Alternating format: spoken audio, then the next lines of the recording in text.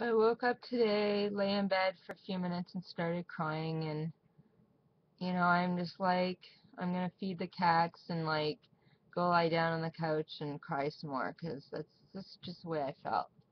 And then I saw an article on and then Twitter stream about how they're now putting teddy bears in police cars. And I mean, that's cool, right?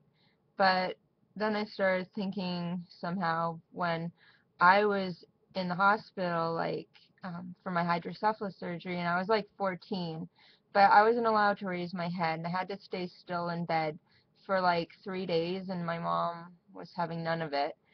She's been my biggest advocate, even though we have our little quirks or whatever, but um she wanted me to go to Sick Kids in Toronto instead of here in Ottawa at CHEO because they didn't have enough staff at the time to do my surgery, and they said they were running all these tests, but really, like, I had cerebral spinal fluid open on my body, and I couldn't raise my head because if I raised my head, uh, I don't know, something bad would happen. It would, that would have maybe given me meningitis or killed me or something. I was 14 years old and I really probably would have wanted a teddy bear.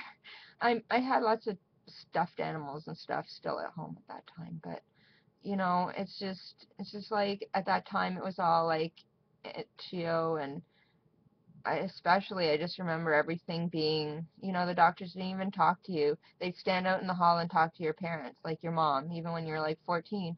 And I might have talked about this before on my little rants here, but when I went to Sick Kids in Toronto, everyone was housed on the neurology ward for like neurology issues. At CHEO, everyone was housed by age. So I was in a room with people that had just simple, well, maybe not simple, but eye surgery, which I've had too, but they didn't have hydrocephalus. And another one, I remember she was anorexic, but then I'm thinking, oh, she's really pretty, she's really cool, she probably thinks I'm a nerd because look at me, I'm having like I look sick. I have bandages on me, on my head, on my stomach.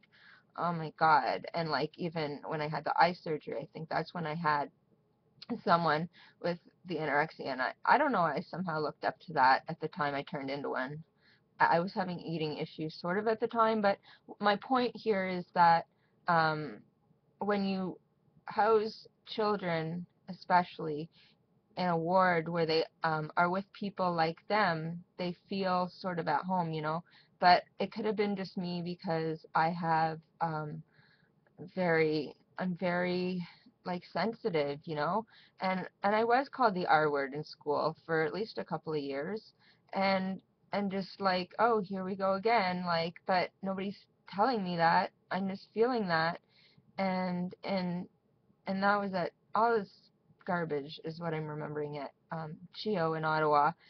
And when I went to Sick Kids, it's like, I don't know who it was, a nurse or a volunteer or something, came to my bedside and said, hey, do you want to read, do you want a picture book and to see what you have and what's going on with you? And I'm like, yeah. But you know what? I was 14. That's the first time anybody had ever asked me that. And I've been having surgeries like every 4 years since I was a baby. And I felt really, really awesome. Awesome just finally coming home and saying, like, I remember leaving that hospital of Sick Kids in Toronto and thinking, oh my God, I don't want to leave. I want to stay here because you know what? For the first time in my life, I feel really comfortable. I don't feel like the black sheep of my family because, at the time, my mom was trying to treat me like I was normal, one of the family at home. So we didn't talk about my surgeries and stuff like that. And like at the time, I really respected that. I was like, cool, because I want to feel normal at home. Because of what I have, and but at the same time realizing that um, there was something with me. I knew there was something with me, and when they actually explained it to me, I felt better. Just like with my learning disability.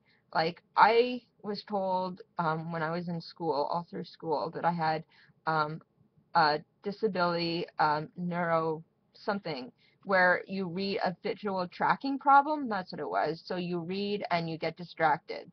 That's all I was told. And I wasn't even really told that until university, until they pulled my records because I needed extra time again. And when I really found out that I have problems with executive functioning and reduced speed of processing, which is what my actual disability is, but the tests are so much different now, I felt so much better. I'm like, okay, whenever I do stupid things or I can't focus, I'm not going to tell myself I'm stupid. I know it's my learning disability. I'm going to tell people it's my learning disability. I ask lots of questions, especially to my best friend. Well, it's like, so it's like, I feel like, yeah, I have a learning disability. I'm not stupid, so that's a good thing, right?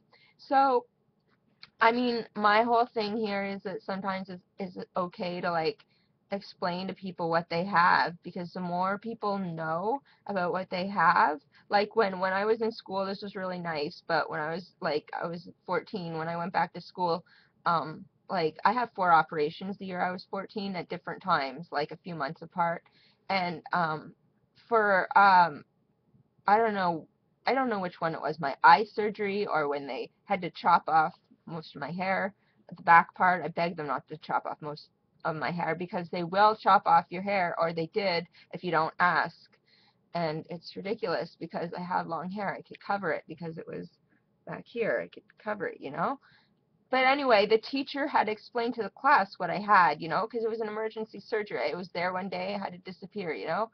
And because I asked one kid, I'm like, why is no one saying anything?